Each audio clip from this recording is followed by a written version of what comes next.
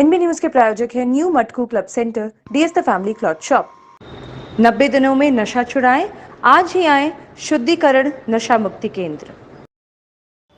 Mission शक्ति के तहत गोरखपुर के बांसगांव, कैंपियरगंज और शहर कोतवाली इलाके में महिला रिपोर्टिंग चौकी खोली जा रही है। 8 मार्च को महिला दिवस के दिन सीएम इन चौकियों का वर्चुअल उद्घाटन करेंगे। इन चौकियों के खुल जाने से ग्रामीण क्षेत्रों की महिलाओं को उनकी समस्याओं के समाधान के लिए ज़्यादा दूरी नहीं तय करनी पड़ेगी। गोरखपुर में जहां 28 पुलिस स्टेशन है, वहीं सिर्फ एक महिला थाना है। शहर से लेकर ग्रामीण क्षेत्र की महिलाओं को उनकी परेशानियों के समाधान के लिए लंबी दूरी तय कर यहां आना पड़ता है।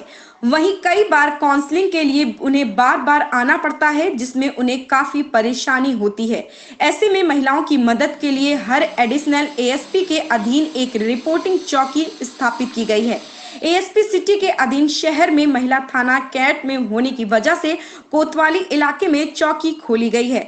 दूसरी चौकी एएसपी दक्षिणी के अधीन बांसगांव में और तीसरी एएसपी उत्तरी के अधीन कैंपियरगंज में खोली गई है।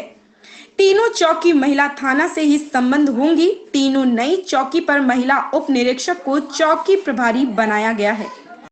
अधिकारियों का कहना है कि जिले के 3 एडिशनल एसपी के अधीन एक महिला रिपोर्टिंग चौकी स्थापित की गई है। यहाँ पुलिसकर्मियों की तैनाती कर दी गई है।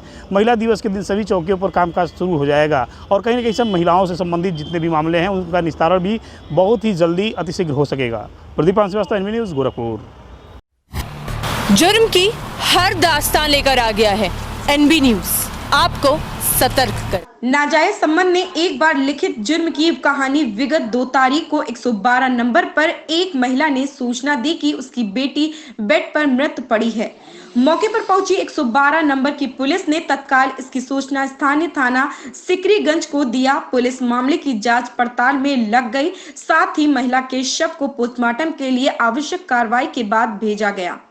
मृतका की मां के नामजद तहरीर के आधार पर पुलिस ने 24 घंटे के अंदर अभियुक्त गुड्डू कसौदन पुत्र सजन लाल निवासी कोई बाजार थाना सिकरीगंज को गिरफ्तार किया।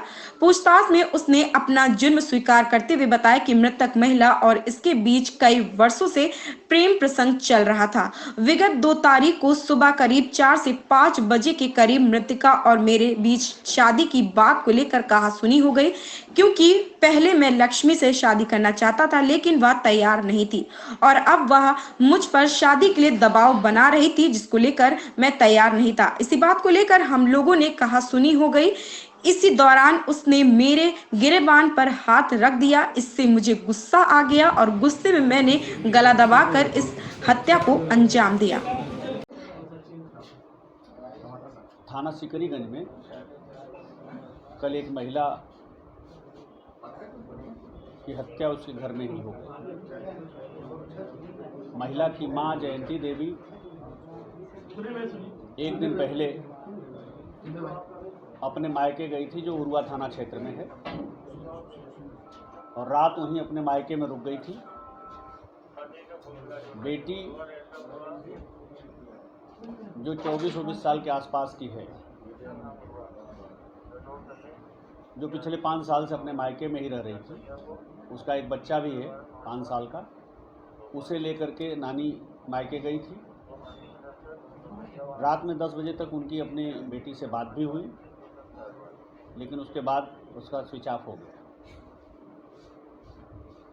दिन में उन्हें जब लगातार प्रयास किया, अगले दिन फ़ोन नहीं लगा, तो वो मायके से आई 4 बजे के आसपास, तो देखा कि बेटी का शव घर के अंदर बिस्तर पे पड़ा हुआ है। 112 पे सूचना आई। 112 की पुलिस मौके पे पहुंच करके उन्होंने स्थानीय पुलिस को सूचना दिया। घटना देखने पे ही प्रथम दृष्टया ये लग रहा था कि ये गला दबा के हत्या की गई है, क्योंकि गले पे कुछ इस तरह के खुरसट के निशान थे। वादिनी ने फिर एक व्यक्ति को नामजद करते हुए, जिसका उनके घर पे आना जाना था, जबकि वही व्यक्ति वादिनी को छोड़ने मायके भी पहले दिन गया था, तहरीर दिया। तत्काल उस आधार पर घेराबंदी की गई और प्रातःकाल आज अभियुक्त गिरफ्तार हो गया, जिसने अपना जुर्म इकबाल किया और ये भी बताया जैसा कि माँ ने तहरीर में दिया था कि वो इससे शादी करना चाहता था, लड़की मना करती थी, लेकिन इसका कहना है कि नहीं, हमारे उसके प्रेम संबंध तो थे, लेकिन पहले मैं शादी नहीं करना चाहता था, अब मैं तैयार हो गया था तो वो नहीं तैयार था। प्रातःकाल बीते दिन प्रातःकाल ये इसे मालूम था कि माँ को छोड़ करके आया है मायके। बेटी ने रात में बुलाया था तो नहीं गया था। प्रातःकाल जब गया वहाँ इसकी कुछ हाथ टाक्स हुई। उस हाथ टाक्स में जैसा इसने बताया तो उसने मेरा गिरेबान पकड़ा, फिर मैंने उसका गला पकड़ के दबा दिया जिससे वो मर गई। फिर मैं वहाँ से भाग गया। इसने जुर्म इकबाल कर लिया है। माननीय न्यायालय के समक्ष इसे अभी प्रस्तुत करने के लिए भेजा।